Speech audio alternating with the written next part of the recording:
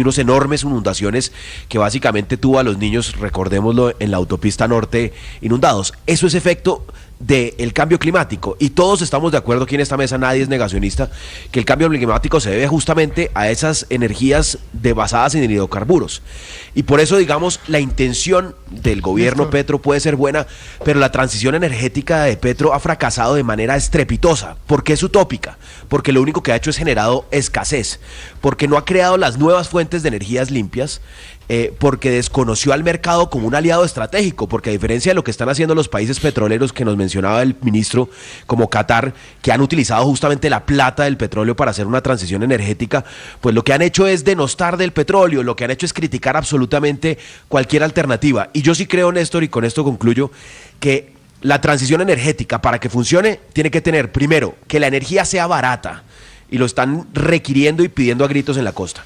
Luego tiene que ser confiable, y al final de toda esa ecuación tiene que ser limpia. Néstor, si lo hacen al revés, como lo está haciendo el gobierno, que es tratar de que sea limpia, pues terminan no haciendo nada, nos quedamos sin el pan y sin el queso. Ante todo, que es un debate lleno de paradojas. Señor Aurelio. No hay peor suerte para una buena causa que una mala defensa, que es exactamente la que acaba de hacer el ministro Camacho. El fracking en el mundo ya está estudiado. ¿Quién les ha dicho que eso es un misterio, que no tiene ni idea nadie en Colombia? Mire, la Agencia Internacional de Energía desde el año 2015 sabe exactamente cuánto es la capacidad de Colombia para producir petróleo y gas vía fracking. Es más, y sabe cuál es el factor de éxito que tiene si se explota en el Magdalena Medio, en los llanos. Por eso le pregunté a Aurelio, por eso le pregunté por la frase al ministro de que esto era astrología. Ese centro de estudio de energía es una cantidad de gente llena de datos y de informes científicos. Esto no es astrología, pero bueno, el ministro lo dice. Bueno, no, pero es cierto que los informes científicos no han llegado a la conclusión contraria. No, si bien... Héctor, no, han llegado a la conclusión de que hay que saberlo hacer. Repito, en Estados Unidos, Canadá, países nórdicos, en el Reino Unido, se produce vía fracking y se hace bien hecho vía fracking. No, lo cual no quiere decir que no genere pues un impacto negativo en el ambiente, que sería mejor evitarlo. Pues claro que se hace, hacemos un montón de cosas que quizá deberíamos no hacer y evitarlas porque estamos produciendo un efecto de cambio climático. Estamos produciendo un efecto de cambio climático con un montón de cosas que hacemos. Que las hagamos no quiere decir que montar en bien. Carro, usar el celular. Todas esas cosas. No, el celular no, pero montar en carro sí, usar los combustibles fósiles produce un efecto negativo.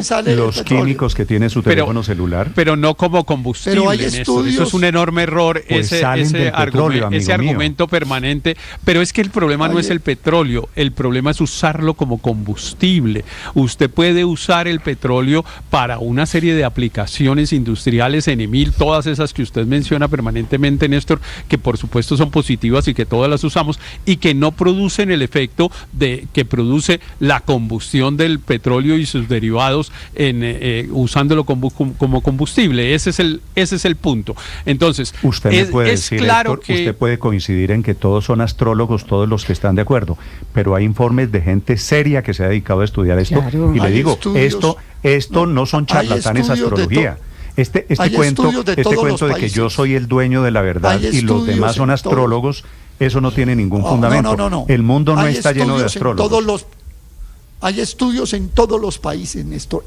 Le voy a mostrar de Australia, de Estados Unidos, de donde quiera, de los daños enormes que produce la explotación de fracking. Eso está estudiado ya, eso no discutamos sobre lo que la ciencia mundial ya ha dicho, pero hay algo más grave todavía para los que están defendiendo el fracking. ¿Usted sabe cuál es el petróleo y el gas más caro? El que viene del fracking. El fracking es una operación costosa, es una operación además que se agota rápidamente. Un pozo de exploración tradicional y explotación tradicional puede durar decenas de años. Usted sabe, Aurelio, pero es que resulta que el gas más caro es el que no se tiene. Exacto, y ya el gas está subiendo precisamente porque nos toca importar gas, porque se están agotando los yacimientos. 36% subió la factura en Bogotá. 36% subió la factura, y eso afecta a la gente más pobre, a la canasta familiar. Eso es una realidad hoy. Mientras que el panorama de obtener gas con fracking, que según el Centro de Estudios Regionales de Energía nos dice se reduciría el tiempo a la mitad, el ministro le parece que la realidad de las familias que les aumentó el gas ya el 36%, esa sí no es astrología. ¿Y el efecto ambiental qué? No, pero y el bolsillo y la gente cocinando, eso no se considera. Y es que no hay bolsillo con las inundaciones y las sequías, es que el efecto económico que produce el cambio climático es más devastador, es más devastador que pagar gas caro. O sea, que se muera la gente por sequías o por inundaciones es más costoso. Eso sí que es una caricatura. ¿No se muere la gente? ¿Quién se está muriendo? ¿No se muere la gente? ¿No se muere la gente por el efecto del cambio climático? No, entonces sí estamos en cero. No tenemos cómo dar esta discusión porque es absolutamente imposible si creemos que es que el cambio climático no produce unos efectos absolutamente devastadores para la humanidad. ¿Quién está negando? Ustedes lo están negando porque está preguntándome que si se muere gente. No sabía si la pregunta era en serio o si me estaban haciendo un chiste. Estoy hablando del gas. No sabía si me estaban haciendo un chiste con la pregunta. Está cambiando completamente el tema. Dígale a la gente que se está quedando sin gas porque estamos abocados, Ricardo, las cifras de escasez de gas, de combustibles. Eso también es cierto. ¿Y usted cree que eso no? Hay que tenerlo en consideración. La falta de plata para producir toda la plata, Felipe, que le exprimimos a los combustibles. No porque vivimos del petróleo. Del combustible, del petróleo sale la plata para la salud que queremos, para los colegios que queremos, para los subsidios que queremos. Pero al tiempo decimos, no nos arriesguemos porque sin hacer estudios vamos a dejar de producir combustible. Le repito lo que está pasando. Pero vamos a los países árabes a pedirle la plata. En 2029 perderíamos la totalidad de la disponibilidad nacional de gas natural como está hoy la cosa. La esperanza son los proyectos offshore, los costa afuera. Están enredados porque hay 116 consultas previas, por ejemplo, solamente para el pozo de Petrobras, para poder construir el gasoducto. Diariamente se importan más de 50 billones de unidades de gas exactamente para la demanda nacional. No es menor, como dice el doctor Andrés Camacho. 50 millones de pies cúbicos diarios se importa. Por eso está natural. Subiendo el precio del gas.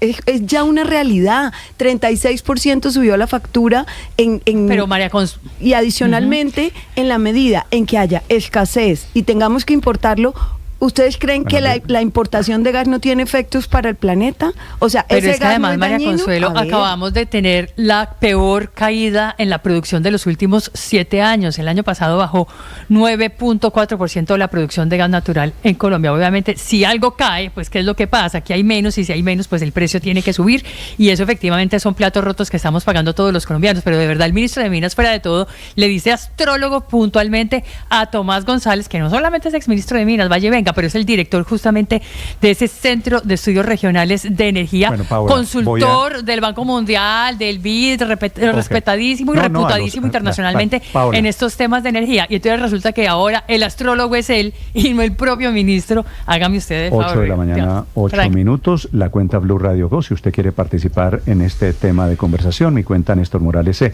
En segundos, un ministro nuevo, una cara nueva en el gabinete del presidente Gustavo Petro.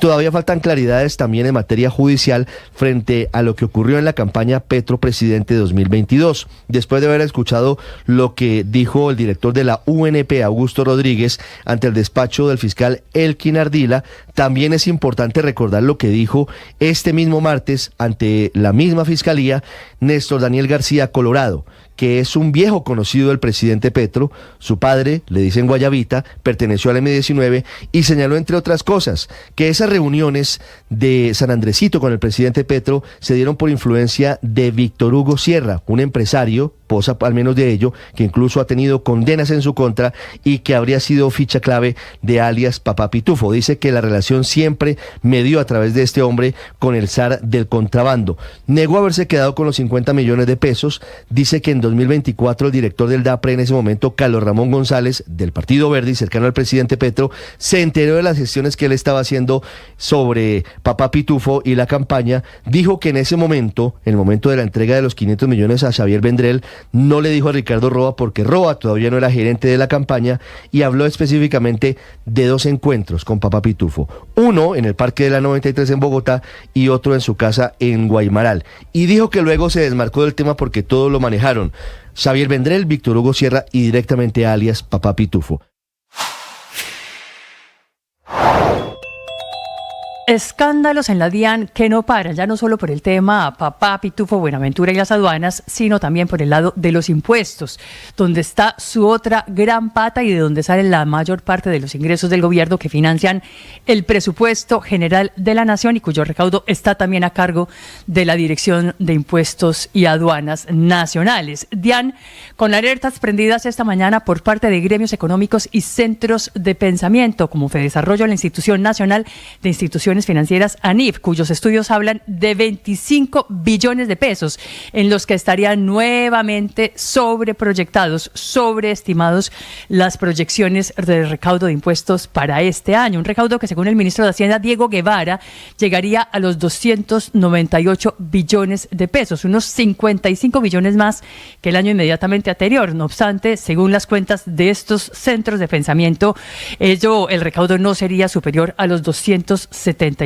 billones, cometiendo así entonces la DIAN el mismo error de los últimos años y poniendo nuevamente los reflectores sobre el recaudo de impuestos, en donde esa Dirección de Impuestos y Aduanas Nacionales viene rajándose como chepito y recolector tributario dentro del gobierno de Gustavo Petro.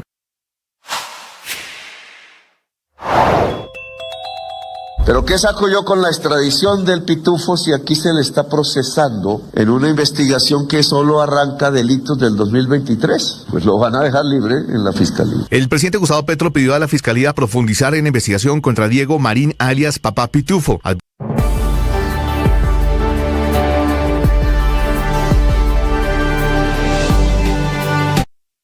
Ministerio de Trabajo, el presidente Petro posesionó anoche las 2 caras nuevas, que son la nueva ministra de Transporte y el ministro de Trabajo, que es Antonio Sanguino. Ministro, bienvenido, buenos días. Muy buenos días, Néstor, muy contento, muy complacido de estar acá en esta mesa y de poder saludar a toda la inmensa audiencia. ¿Cómo le fue anoche en el acto en Palacio? Muy bien, el presidente... Le puso tarea ya, ¿no? Sí, claro, por supuesto. Desde el momento en que me había ofrecido este ministerio, me había expresado cuál era la preocupación y el interés, digamos, en relación con las prioridades del ministerio, y ayer lo reiteró, pues públicamente, lo conocieron ustedes. ¿Y cómo fue el contacto para llegar al gobierno, ministro? Bueno, yo no solo llego porque tenga una relación personal con el presidente. Yo con Gustavo Petro tengo una relación desde 1992, 93, en fin, desde los tiempos de la constituyente. Si me permite un paréntesis antes, ¿en los años 80 usted fue compañero de lucha del presidente Petro? No, yo no milité en el M-19. Yo más bien fui de organizaciones ligadas al camilismo, al legado del padre Camilo Torres Restrepo, y luego hice un acuerdo de paz con la Corriente de Renovación Socialista, que fue una disidencia del Ejército de Liberación Nacional. ¿Eso fue con León Valencia y compañía? Con León Valencia y compañía, sí, señor. Ok, y entonces lo conoce en los años 90. Sí. ¿Y hay un clic político ahí? Claro, por supuesto, estuvimos juntos en la batalla de la Constituyente, luego posteriormente él nos acompañó en el proceso de paz, él era representante a la Cámara por Cundinamarca, en aquel entonces fue su primer periodo en el Congreso, lo acompañamos en sus campañas al Senado, luego cuando volvió al Congreso como representante de la Cámara de Bogotá, en fin, yo coincidí con él siendo alcalde de Bogotá, yo siendo concejal de la ciudad, y luego estuvimos 4 años juntos en el Senado en el periodo anterior, haciéndole oposición al gobierno del presidente Duque. Así que hay una relación personal, pero aquí hay una variable política que es importante y que es bueno que el país lo conozca, porque eso hace relación o tiene que ver con lo que ocurre en las democracias maduras y modernas. Yo estoy en representación de la Alianza Verde. Okay. En el gabinete del presidente Petro. Déjeme ahí ir aclarando un poquito el tema político. Cuando Petro, alcalde de Bogotá, usted era concejal, sí, ¿cierto? Señor. Creo yo recordar, usted me corrige, ¿usted no era concejal de oposición a Petro? No, la Alianza Verde no se declaró de oposición. Yo, por ejemplo, voté todas las iniciativas, el plan de desarrollo, las solicitudes de endeudamiento, etcétera. Claro, hice control político como me correspondía en temas que ameritaban, digamos, y que fueron materia de discusión pública en la ciudad. Pero en líneas gruesas, digamos, nosotros, por lo menos yo en particular, nos declaramos en independencia, no recuerdo bien en estos momentos, pero estuvimos acompañando lo que le propuso el alcalde. Y usted me decía, está entrando en representación de un partido verde al gobierno. Sí, señor. ¿Está entrando en representación de Claudia López? No, Claudia ¿Con López. quien trabajó usted en la alcaldía? No, recuerde que Claudia López renunció al partido Alianza Verde hace unos meses, el año pasado. Digamos, el partido institucionalmente, desde el primer día del gobierno del presidente Petro, se declaró como partido de gobierno. Incluso muchos de nosotros acompañamos al presidente en su campaña, unos en primera vuelta, otros en segunda vuelta, como es mi caso, y hay una decisión institucional y hay unas mayorías en el Senado y en la Cámara que han acompañado al presidente de la República en sus iniciativas y en sus proyectos de cambio, de transformación en muchos de los asuntos del país, y yo vengo en representación, o estoy en representación de esa decisión institucional y de esas mayorías del partido. Usted, estoy intentando entender la jugada política. Llamó a Claudia López y le dijo, oye Claudia, el presidente me está llamando a ofrecerme el Ministerio de Trabajo. No, sinceramente no. Yo este asunto y esta decisión la conversé. Y es coincidencia que los dos posesionados anoche, la ministra de Trabajo y usted, de ministra de Transporte, quiero decir, ¿trabajaron ambos en el gobierno de Claudia López? No, María Fernanda no trabajó en el gobierno del presidente, de la alcaldesa Claudia López. Pero fue políticamente cercana cuando fue concejal. No, fue concejal, sí. Fue presidenta del Consejo de la Alianza Verde, sí, pues como yo hemos tenido una relación, claro, por supuesto, con Claudia, con Angélica y con el partido, ¿no? Porque hacemos parte del mismo partido y de la misma fuerza política. Y como usted lo ha dicho, Néstor, fue una coincidencia. Una coincidencia que se gestó en Emiratos Árabes, ministro. ¿Carlos Amaya tuvo que ver con su nombramiento? No, sabe que esta conversación venía desde finales del año pasado. El presidente había tomado la decisión con el entonces ministro Cristo de recomponer el gabinete en clave de reconfigurar la coalición de gobierno y de hacerlo públicamente, como se hace, digamos, en las democracias modernas, unos partidos que acompañan al gobierno y que tienen representación en el gobierno, y eso venía ocurriendo desde diciembre del año pasado. Y el presidente se había reunido con los parlamentarios. Recuerden ustedes que hubo una reunión hace más o menos 15 días entre los congresistas del partido, o una representación de ellos, y el propio presidente de la República. Estuvo Ariel Ávila, estuvo la Andrea Padilla, estuvo Olga Lucía Velázquez y estuvo Jaime Raúl Salamanca, y allí conversaron de la importancia para el presidente y para el partido de tener una representación en el gabinete y acompañar al gobierno en este segundo tiempo y remate. Último tiempo, porque esto ya claro, es año y medio. Sí, pero recuerde que constitucionalmente los periodos presidenciales son de 4 años, así las campañas arranquen al día siguiente de la elección del presidente, ¿no?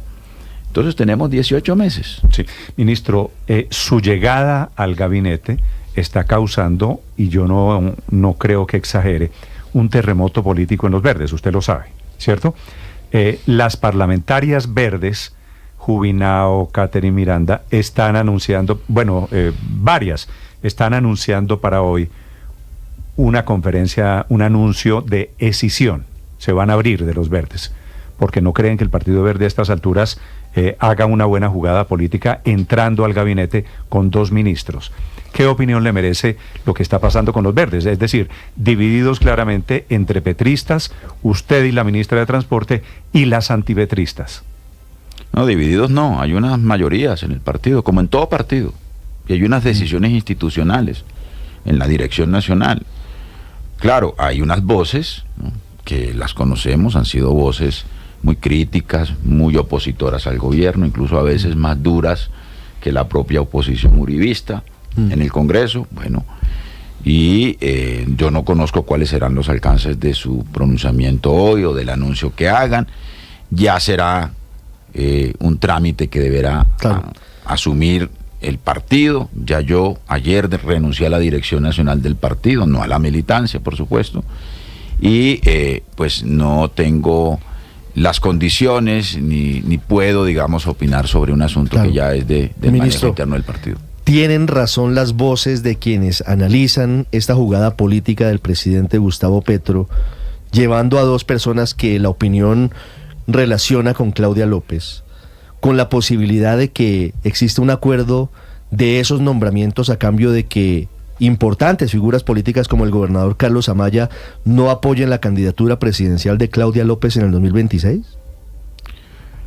Pues mira, yo no calificaría esta decisión del presidente como una jugada y como una cosa ahí medio, ¿no?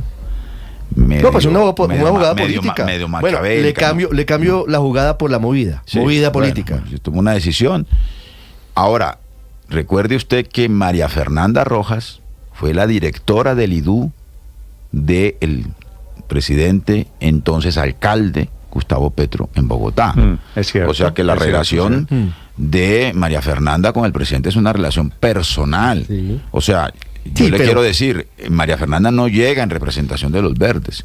En cambio, yo sí llego en representación de los verdes. Sí, por eso, pero es que en la ecuación hay un hombre que es clave y es Carlos Amaya, poderoso gobernador de Boyacá, que ha sido claudista, que ha votado con Claudia López.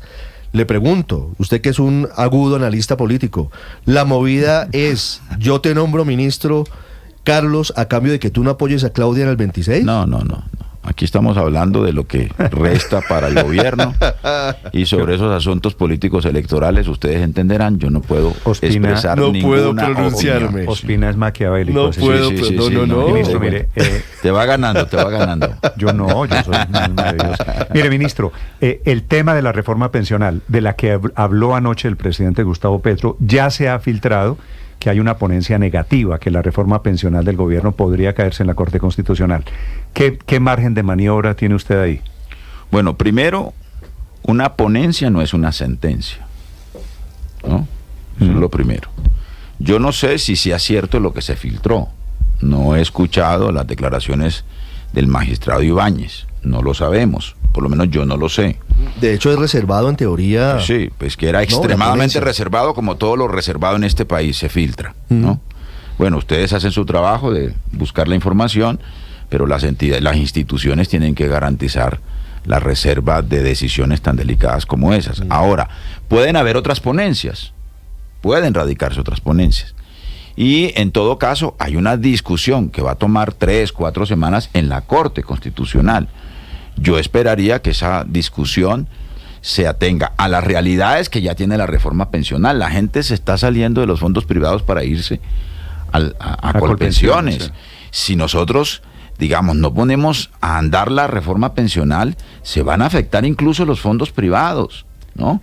Pero adicionalmente, los ancianos, 3 millones de adultos mayores están esperando una pensión solidaria, ¿no?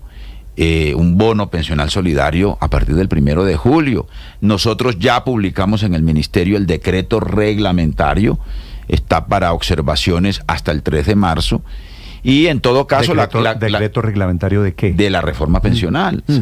Y la Corte Constitucional, pues no solo tiene que ser guardián del trámite legislativo, del cumplimiento, digamos, del ritual parlamentario en la aprobación de las leyes, ¿no?, sino que también tiene que ser guardián de un concepto que viene de la Constitución del 91, que es distinto al Estado de Derecho, que se llama Estado Social de Derecho, ¿no?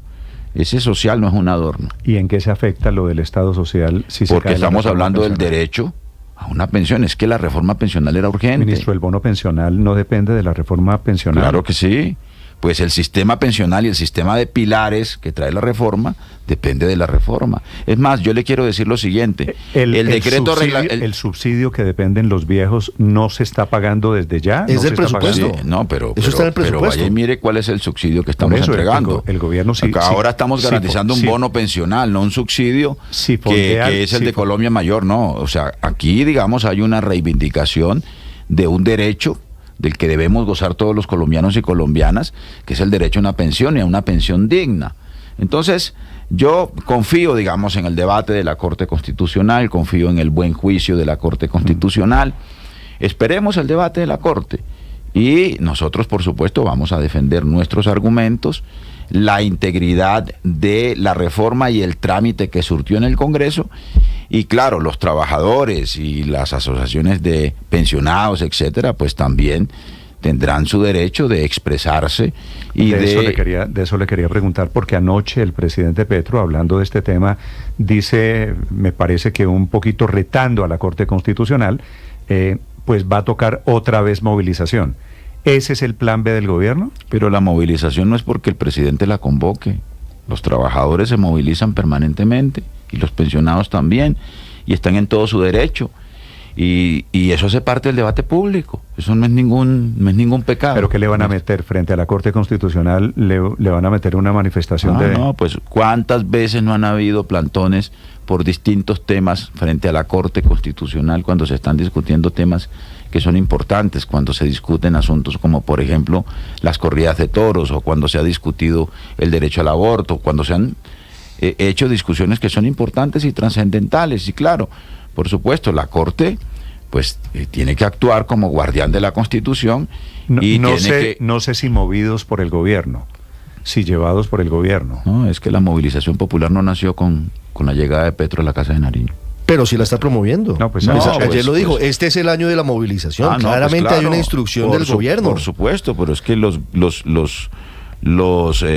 gobiernos no están impedidos para hacerlo tampoco. Pero, y para coincidir con el movimiento social en la movilización popular. Fíjese, y le pregunto, ministro, ¿esa no se puede interpretar como una presión indebida a la independencia de poderes? No. Si la Corte Constitucional decide tumbar la reforma pensional, lo que corresponde no es por parte del Ejecutivo y de la sociedad aceptar el fallo, y si el gobierno lo considera, reintentarlo y volver a presentar el proyecto. Entre otras cosas, lo que está planteando es eso esta mañana el presidente de la Cámara, su copartidario Jaime Raúl Salamanca.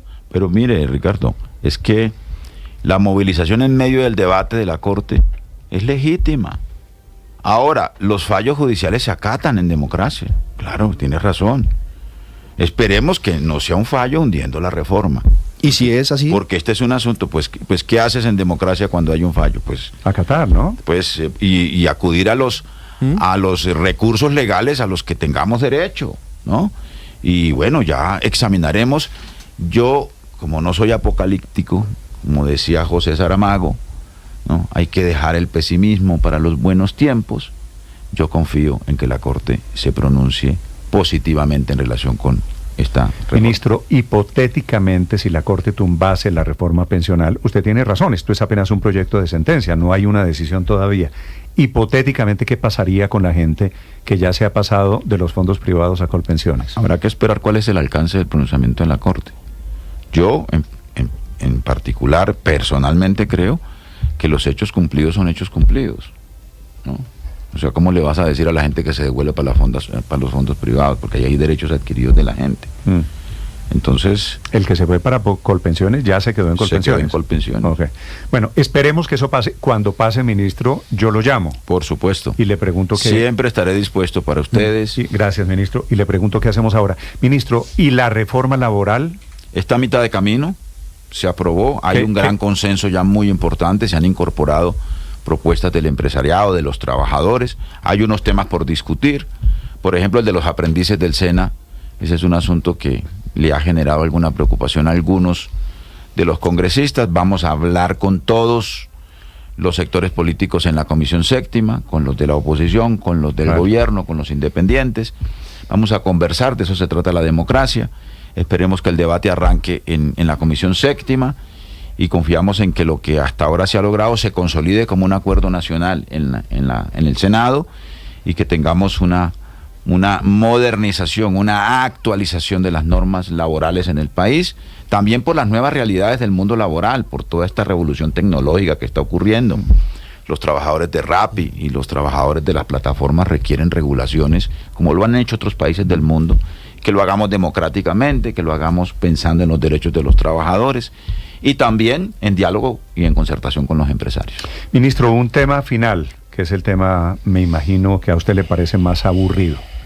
Su situación personal, ministro, o quiero decir la situación judicial, porque el mismo día que se anuncia su nombramiento, que fue el jueves de la semana pasada, la Fiscalía anuncia imputación de cargos contra usted por un delito con un nombramiento de una señora de un hospital, cuando el alcalde de Bogotá era Samuel Moreno. Esa imputación de cargos, y el caso al final de cuentas es corrupción, ¿en qué está? ¿Qué sabe usted sobre el proceso judicial? Primero, es de hace 17 años. A juicio de mis abogados, sobre los que yo preferiría ellos se pronuncien en su momento, porque es un asunto que corresponde, digamos, a la Administración de Justicia. Yo preferiría eximirme de hacerlo, pero en respeto, digamos, a esta cadena, digamos, a esta emisora y a usted, Néstor, y a los oyentes, por supuesto, y a los colombianos. Es un hecho que ocurrió hace 17 años. Eso está prescrito hace tiempo. Segundo, es sobre el nombramiento de una gerenta que ganó un concurso. Liliana Paternina. Sí. De un hospital que quedaba en el sur de Bogotá. El hospital de Usme. Pero además, yo debo decir lo siguiente para, digamos, responder muy escueta y precisamente esta pregunta. Soy inocente. Mis abogados están ocupados de este tema del que nos enteramos, pues también por filtraciones, y estoy listo para responder por mis conductas. Vale. Ustedes me conocen, fui 3 periodos seguidos concejal de Bogotá, fui senador de la República, fui jefe de gabinete, tengo una hoja de vida, digamos, de conocimiento público, y estoy tranquilo en relación con ese asunto. Pero ministro, me llama la atención algo, y es que la imputación de cargos fue en octubre del año pasado, y según lo que hemos conocido, usted asistió a esa imputación y no aceptó cargos. Es decir, usted tiene pleno conocimiento y plena conciencia del proceso. Sí. Por eso te digo, yo preferiría que mis abogados respondan las inquietudes. Y le hago una última pregunta. Si prescribió, perdóneme, Ricardo, si prescribió, ¿por qué está la Fiscalía imputando cargos tanto tiempo después? Ese es el alegato de mis abogados con la Fiscalía. ¿Y usted prefiere que lo declaren inocente por prescripción? No, es que yo soy inocente. Yo, digamos, le voy a decir solo esto, y con esto le pido que terminemos esta conversación, que es muy harta también, que además aparece preciso cuando se conoció mi designación. 17 años. La persona que puede ser testigo de que eso ocurrió o no, pues ya falleció, que Samuel Moreno. Falleció. Duraron 17 años en la Fiscalía. Eso llegó a la Corte 4 años y no se les ocurrió nunca llamarlo a preguntarle. Lo tenían detenido y se les murió. Después de 17 años. Sí.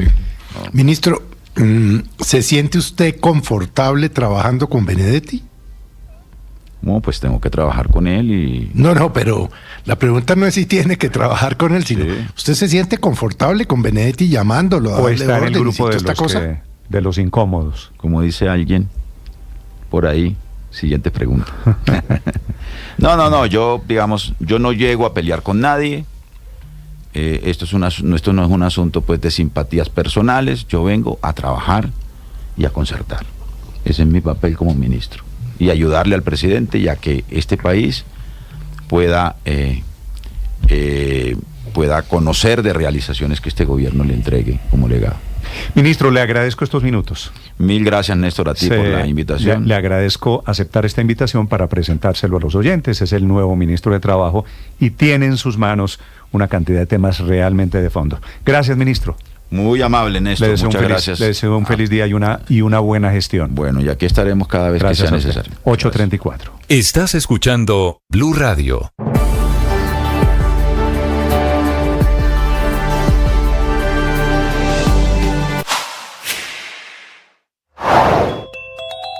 Esta mañana el director de la Unidad Nacional de Protección, Augusto Rodríguez, está desmintiendo que en su declaración de anoche ante la Fiscalía haya informado de 2 reuniones de Papá Pitufo con el presidente Gustavo Petro, o que haya hablado de la relación del zar del contrabando, ese señor Diego Marín, con Armando Benedetti, que ahora es funcionario suyo, compañero suyo de gobierno. Augusto Rodríguez y Néstor Daniel García Colorado fueron los primeros funcionarios del gobierno en presentar anoche tarde declaración ante la Fiscalía por el gigante escándalo alrededor de Papá Pitufo y de las platas de la mafia en la financiación de la campaña Petro 2022. El testimonio de él, director de la UNP, ex compañero de lucha del presidente Petro en el M-19, es clave porque no solo es funcionario del gobierno, sino que fue clave en campaña. Trabaja con el presidente Petro desde la época de la UTL, desde la época del M-19 y lo ha acompañado en buena parte de las batallas políticas. Una de las emociones que más daño nos hace es el rencor. Porque el rencor significa que la herida sigue abierta.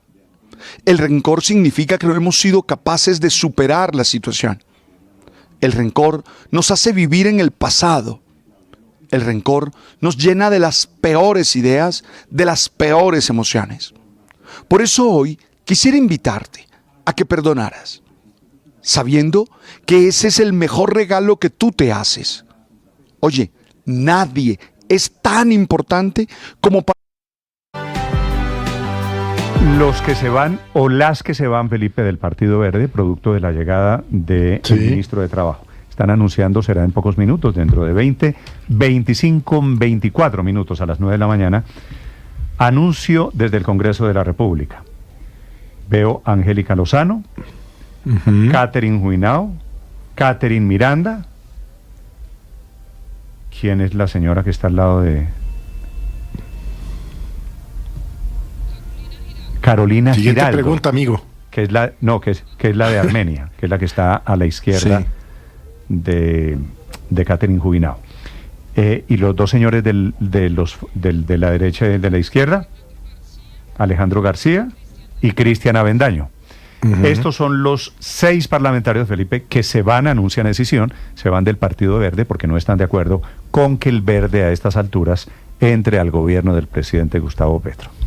Esto quiere decir... Implosionó el Partido Verde también entonces. Se reventó, Felipe, una reventada pues dura, y aquí hay parlamentarios de diferentes regiones con diferentes intereses. Esto quiere decir, Felipe, en campaña electoral, unos entrando al gobierno y otros alejándose del gobierno por el efecto que puede tener en las elecciones del año entrante.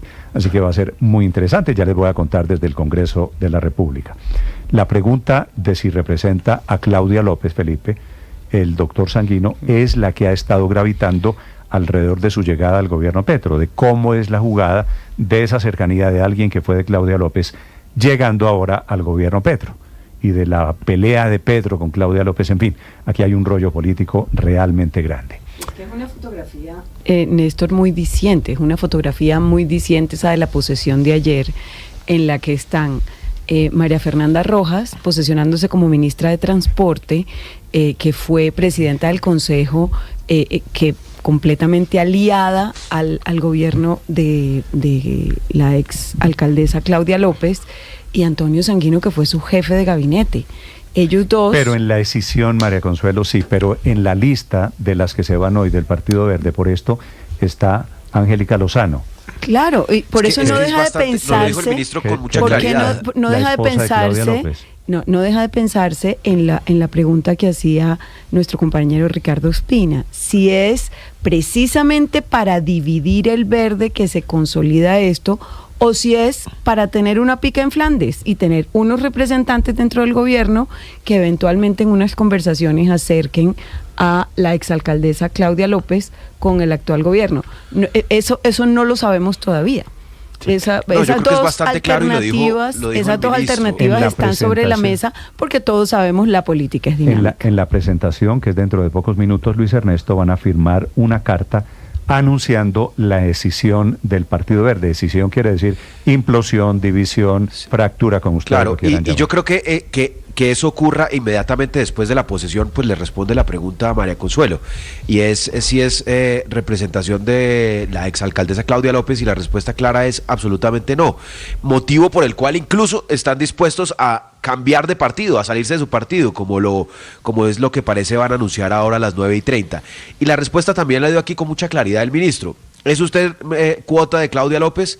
Y dijo, pues ella renunció al partido hace mucho tiempo, yo soy representación del Partido Verde, y esto lo que demuestra, Néstor, es algo que viene pasando en el Partido Verde desde hace muchos años, y es que recuerde que el partido Alianza Verde es en realidad una fusión entre el Partido Verde y lo que era el movimiento progresistas de Gustavo Petro. Ahí se convierte de Partido Verde en Partido Alianza Verde, y ese movimiento de progresistas que llega al Partido Verde a integrarlo, pues ha generado siempre una tensión entre un sector, llamémoslo petrista, del Partido Verde y un sector más de cercano a Antanas Mocus y a otras tendencias. Lo que termina pasando es que ahora esa división se va a hacer clara con aparentemente con una decisión del partido. Pues a mí no se me olvida el trino cuando el presidente Petro ganó las elecciones, el de Claudia López, ganamos Gustavo. Entonces, no sé, me parece que eso puede ser una de esos vaivenes que pues además hay tantos en la política y han incurrido todos en ello. Prácticamente no hay político que no haya incurrido. No, a Claudia López sí es verdad que le han marcado esos vaivenes. Y si nos pusiéramos pues a hacer la lista de quién estuvo. Pero ella en particular se caracteriza pues por esos vaivenes. Pues todos podrían haber estado con todos y todos podrían ser la pica en Flandes para ver si de pronto Gustavo. Por ahí se puede conversar y tomar un tinto. La verdad es que esa especie de que aquí hay una posibilidad de acercamiento de la ahora candidata Claudia López al gobierno de Gustavo Petro, pues realmente es una especie que todo el mundo sabe. No, pues es que nadie lo ve. Lo contrario, nadie lo ve sinceramente. Los que lo dicen saben que no es así, pero lo dicen pues por molestar políticamente, porque tienen controversias con la alcaldesa, porque pertenecen a partidos políticos distintos, por la razón que fuera, pero lo dicen sabiendo que no es cierto. No lo ven, puede ser yo no trato de molestar, Néstor, yo simplemente veo las opciones. No lo veo. Y como ella se ha caracterizado por esos vaivenes, no me extrañaría que volviera a acercarse. No, pero los vaivenes de a uno, Héctor. Aquí todo el mundo sabe que esa especie no es cierta, y pues claro que lo van a decir y van a poner y hay memes y habrá cosas y todo tipo y fotos y en fin, pero todo el mundo sabe que esa es una especie que hoy no tiene ningún fundamento, pues porque pretender que Claudia López sea hoy cercana a Gustavo Petro, pues obviamente eso no lo... Vivir para ver. Néstor, mire, la única posibilidad realista de que eso suceda es que haya en el 2026 una especie de gran ejercicio de coalición, lo que quiere el presidente, que es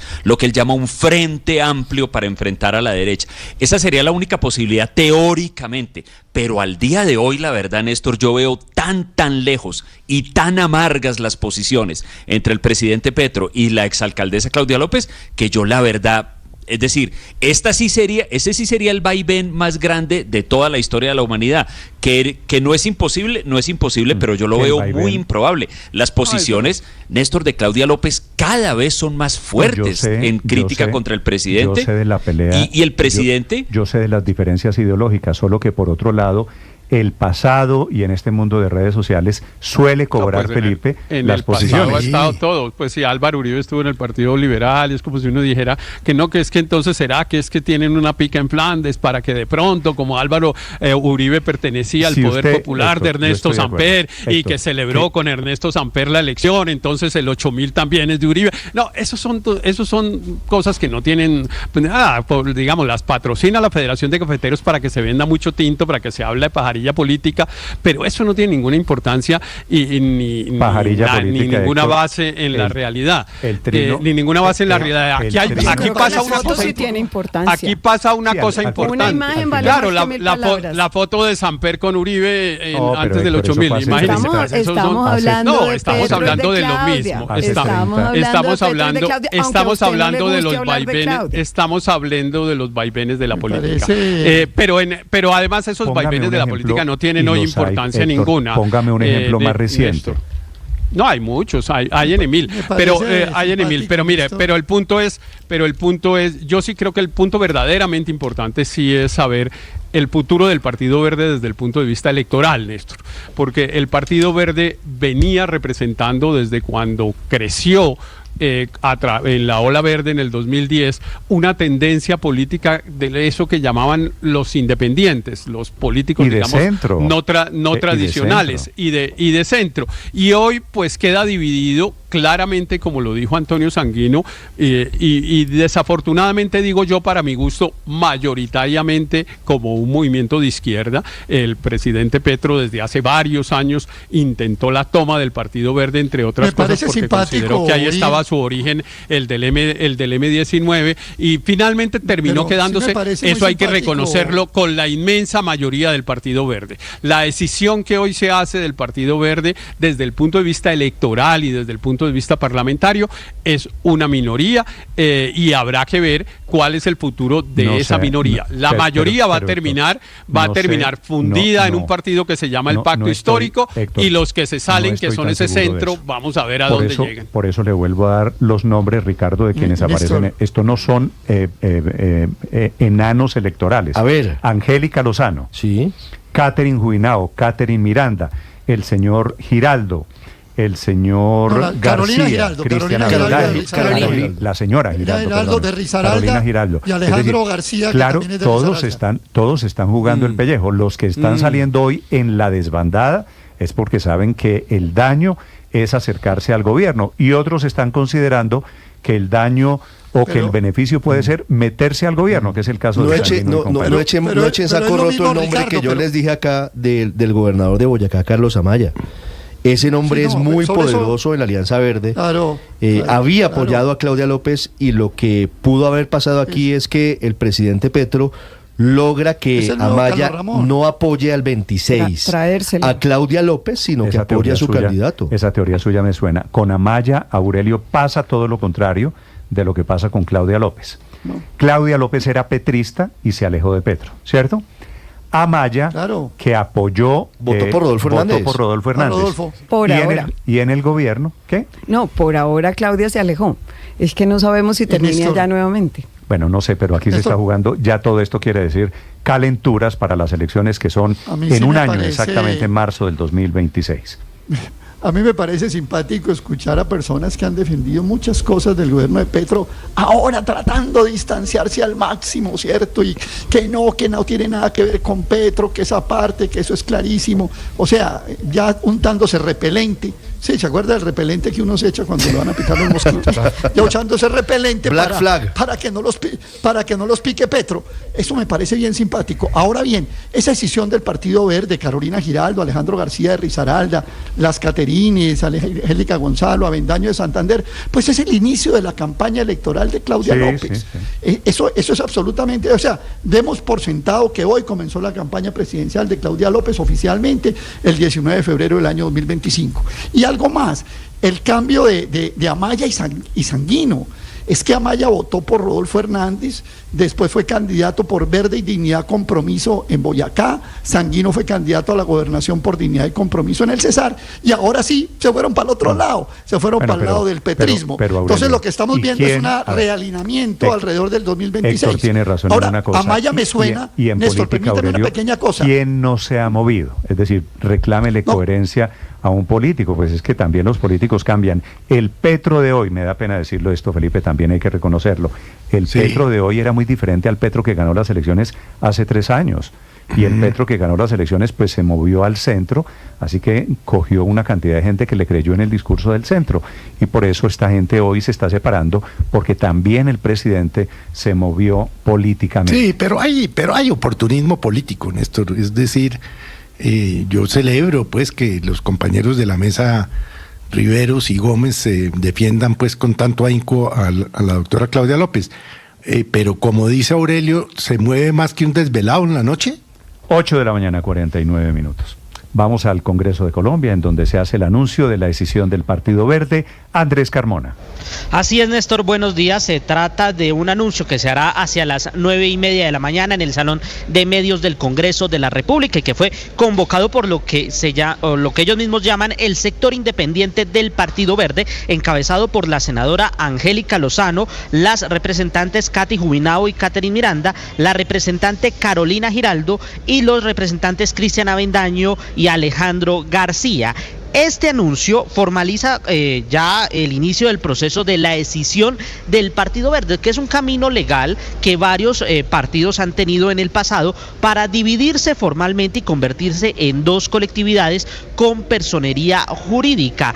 Con este anuncio inicia el debate de quién se queda con el letrero del partido Alianza Verde, que recordemos su personería jurídica original es Alianza Democrática M19, la cual era, por así decirlo, su representante legal, el exdirector del DAPRE, Carlos Ramón González, y cómo se conformaría esa nueva colectividad en la que posiblemente podría regresar o podría llegar la exalcaldesa de Bogotá, Claudia López, que recordemos renunció a los Verdes junto con el exalcalde Antanas Mocus. Hay que tener en cuenta que este es un proceso, Néstor, que va a implicar, dependiendo de si hay acuerdo al interior de los Verdes, una discusión al interior del Congreso Nacional de los Verdes y de ahí una solicitud formal ante el Consejo Nacional Electoral para que acepte la decisión y reconozca las dos personerías jurídicas en medio de este año preelectoral y de cara a las elecciones de 2026, que podría implicar también cómo este nuevo movimiento se podría comportar de cara a coaliciones en las listas de Senado y Cámara de Representantes. Néstor. Andrés, ¿quién de estos dos grupos, de los verdes que están en el gobierno o de los verdes que hoy se le abren al gobierno, de los verdes antipetristas, electoralmente, dónde hay más votos?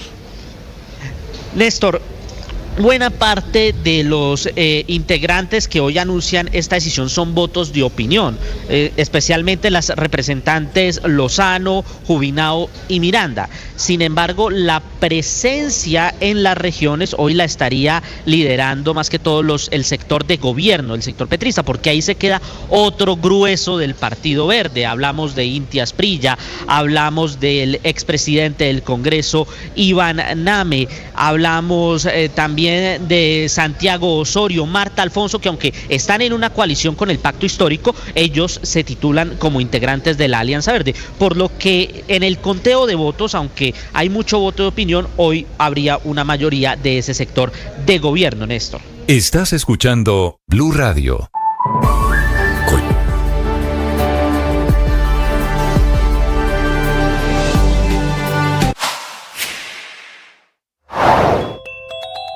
El director de la DIAN, hoy ministro de Comercio, presentó ante la Fiscalía la lista de 38 nombres de personas, políticos de diferentes partidos políticos, que lo abordaron, se acercaron a él para recomendarle cuotas políticas, todos muy interesados especialmente en la DIAN en Buenaventura, que es por donde pasa el contrabando, desde Roy Barreras hasta Alfredo Sade, el famoso pastor, pero pasando también por congresistas del Partido Conservador e inclusive del Centro Democrático. Es decir, está quedando al desnudo, por otro lado, la manera como sin ninguna vergüenza, sin ningún pudor, inclusive políticos de la oposición piden cuotas en el gobierno de Petro.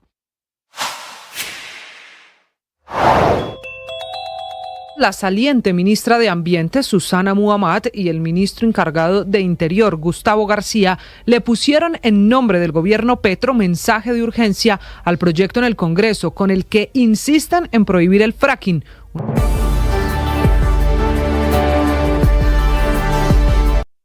Minutos, información económica. En Mañanas Blue, Ecopetrol pone en marcha su planta para producir diésel de mejor calidad con una inversión de $35,3 millones. La empresa Ecopetrol actualizó la planta de hidrocracking moderada de la refinería de Barranca Bermeja, que le permite producir diésel de 10 partes por millón de azufre para el consumo de todo el país. De acuerdo con la compañía, la puesta en marcha de esta planta traerá beneficios medioambientales. A propósito, Ecopetrol le está anunciando al mercado que el próximo martes 4 de marzo revelará los resultados financieros que tuvo la compañía durante el 2024. Recordemos que hasta el tercer trimestre se habían debilitado muchas de las cifras financieras y operativas de la compañía. ¿Cómo amanecen los mercados? Tenemos un dólar cayendo 12 pesos, inclusive por debajo de los 4.100 pesos, visitando mínimos desde septiembre, desde agosto del año pasado. Cotización promedio, 4.099 pesos. El dólar en el mundo sin mayores cambios frente a las principales monedas. El euro, relación euro euro peso colombiano cae 60 pesos a 4.262 pesos por cada euro, y el petróleo de referencia Brent está subiendo 0,86%,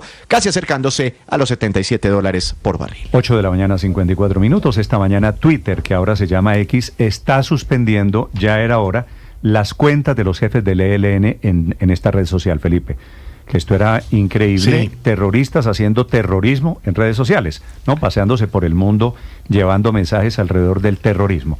Le suspendieron la cuenta, Ricardo, a los jefes del ELN, sí, especialmente a Antonio García, el más visible de ellos, pues, que es el jefe máximo. El máximo cabecilla que pontifica y funge como estadista de redes sociales desde la comodidad de su exilio dorado en Caracas, protegido por el régimen de Nicolás Maduro, dando cátedra de política. Una persona con las manos ensangrentadas como Antonio García, ¿en serio? Antes Twitter estaba en mora de haber cerrado hace mucho tiempo las cuentas en redes sociales de terroristas de esa calaña. Véalo por el lado positivo. Me da la impresión, Felipe, de pronto este es el primer paso para que Twitter suspenda las redes, y lo mismo hagan todas las redes sociales. Estos señores, que son jóvenes guerrilleros, jóvenes terroristas hoy, lo primero que hacen cuando hacen un atentado, también ellos se graban. Y entonces ponen el atentado y los drones en redes sociales. Y usted ve cuentas de los disidentes de las FARC en TikTok. Reclutando niños en el Cauca.